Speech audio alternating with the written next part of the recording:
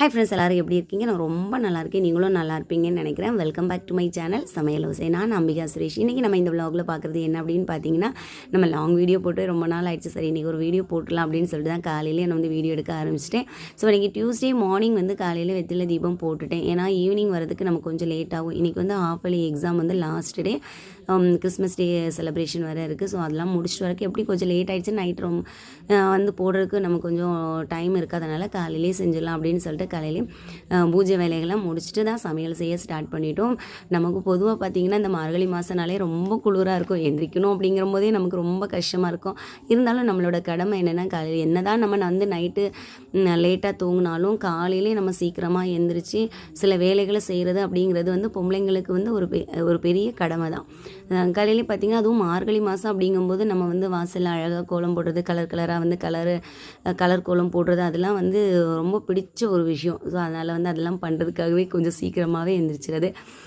காலையிலே பார்த்திங்கன்னா இந்த மாதிரி நேரத்தில் வந்து நம்ம கொஞ்சம் சீக்கிரமாக எந்திரிக்கிறோம், டைம் இல்லை அப்படிங்கிற நேரத்தில் நமக்கு கை கொடுக்குற ஒரு 2-3 ரெசிபீஸ் எப்போவுமே பார்த்திங்கன்னா இந்த தேங்காய் பால் சாதம் அல்லது புலாவு, அதுக்கப்புறம் கீ ரைஸ், இந்த மாதிரி ஏதாவது வந்து தான் நம்ம ரெடி பண்ணுறது. அதனால் இன்றைக்கி காலையிலே நான் வந்து என்ன பண்ணிட்டேன் அப்படின்னா, பூஜை வேலைகளும் நமக்கு இருந்தனால நம்ம வந்து தேங்காய் பால் சாதம் ரெடி பண்ணிடலாம் அப்படின்னு சொல்லிட்டு தான் அதுக்கு தேங்காய் தான் எடுத்துகிட்டு இருந்தேன். தேங்காய் பால் எடுத்துடலாம் அப்படின்னு சொல்லிட்டு கடைக்கு போயிட்டு வெங்காயம், தக்காளி, அதுக்கப்புறமா ஒரு பாக்கெட் பால், கொஞ்சம் புதினா மல்லியெல்லாம் இல்லாமல் இருந்துச்சு. ஸோ எல்லாமே போய் வாங்கிட்டு வந்துட்டாங்க.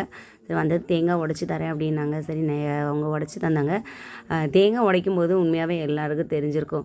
நீங்களாம் சின்ன வயசில் தேங்காய் உடைக்கும் போது இந்த மாதிரி கப் எடுத்துகிட்டு போய் நின்றுக்கலாம். உண்மையாகவே நான் நிறைய வாட்டி நின்றுருக்கேன். எங்கள் அப்பா தேங்காய் உடைக்கும் போதெல்லாம் நான் போய் நின்றுருக்கேன். இப்போ பார்த்திங்கன்னா நான் உடைக்கும் போதோ இல்லை எங்கள் ஹஸ்பண்ட் உடைக்கும் போது எங்கள் பசங்க வந்து பின்னாடி நிற்பாங்க. ஸோ பார்க்குறதுக்கு ரொம்ப காமெடியாக இருக்கும். அப்போ தான் நினைப்பேன், ஓ நம்மளும் சின்ன வயசில் இப்படி தானே பண்ணியிருப்போம் அப்படின்னும். ஆனால் அதெல்லாம் ஒரு சந்தோஷம்தான். அப்படியே ஆசையாக வந்து தேங்காய் தண்ணி குடிக்கிறது, எப்பண்டா தேங்காய் உடைப்பாங்க, எப்பண்டா போய் குடிக்கலாம் அப்படின்னு சொல்லிட்டு அப்படியே வந்து தேங்காய் பால் எடுக்க ஸ்டார்ட். பொதுவாக எல்லாருக்குமே இந்த ரைஸ் வந்து ரொம்ப பிடிக்கும். பெரியவங்கள்லேருந்து சின்னவங்கள வரைக்கும் எல்லாத்துக்குமே ரொம்ப பிடிச்ச ஒரு ரெசிபி என்னென்னு பார்த்தீங்கன்னா இந்த தேங்காய் பால் சாதம். இந்த தேங்காய் பால் சாதத்துக்கு வந்து இங்கே நான் வந்து அதிகமாக விரும்பி சாப்பிட்றது என்னென்னு பார்த்தீங்கன்னா, சிக்கன் வந்து சைடிஷ் இருந்தால் ரொம்ப நல்லாயிருக்கும். அப்படி இல்லைன்னா எக் கிரேவி வச்சு சாப்பிட்றது எனக்கு ரொம்ப பிடிக்கும். சரி, இருந்தாலும் காலையிலே வந்து நம்ம வந்து எக் கிரேவி பண்ணிடலாம் அப்படின்னு சொல்லிட்டு தான் அதுதான் சைடிஷ்ஷுக்கு வந்து நான் ரெடி பண்ணியிருந்தேன். பொதுவாக பார்த்தீங்கன்னா இந்த மாதிரி கீ ரைஸு, அதுக்கப்புறமா புலாவு, தேங்காய் பால் சாதம், இந்த மாதிரி தான் பசங்க ரொம்ப விரும்புவாங்க. நான் வந்து பொதுவாக வந்து இப்போ ஹெல்த்தியாக அவங்களுக்கு ஏதாவது கொடுக்கணும், அதாவது ஸ்ப்ரவுட்ஸ் வந்து சாப்பிட மாட்டேன்னு சொல்லுவாங்க. ஸோ அப்போ நான் என்ன பண்ணுவேன், மேக்ஸிமம் வந்து அந்த வந்து புலாவில் வந்து நான் சேர்த்து தான் அவங்களுக்கு கொடுக்குறது. இப்போ தனியாக நான் வந்து வேக வச்சு கொடுத்தேன்னா 2 பேருமே சாப்பிடவே மாட்டாங்க. அது என்னமோ அவங்களுக்கு அவ்வளோ ஒரு பெரிய கஷ்டமாக அவங்களுக்கு, எங்கள் வீட்டு பசங்களுக்கு இல்லை, பொதுவாகவே எல்லா வீட்டு பசங்களுக்கு அது கொஞ்சம் கஷ்டமாக தான். அப்போ எந்த வழியில் நம்ம அவங்களுக்கு கொடுக்கலாம் அப்படின்னு பார்த்திங்கன்னா, அதுக்கு ஒரே வழி பார்த்திங்கன்னா இந்த புலாவ் தான். ஏன்னா அது வேண்டான்னு சொல்லவே மாட்டாங்க. 2 பேருக்குமே ரொம்ப பிடிக்கும். பொதுவாக குட்டீஸுங்களுக்கு வந்து புலாவ் ரொம்ப பிடிக்கும். அதனால் நம்ம வந்து அந்த மாதிரி அவங்களுக்கு சேர்த்து கொடுக்கும்போது அவங்க ரொம்ப விரும்பியும் சாப்பிட்ருவாங்க.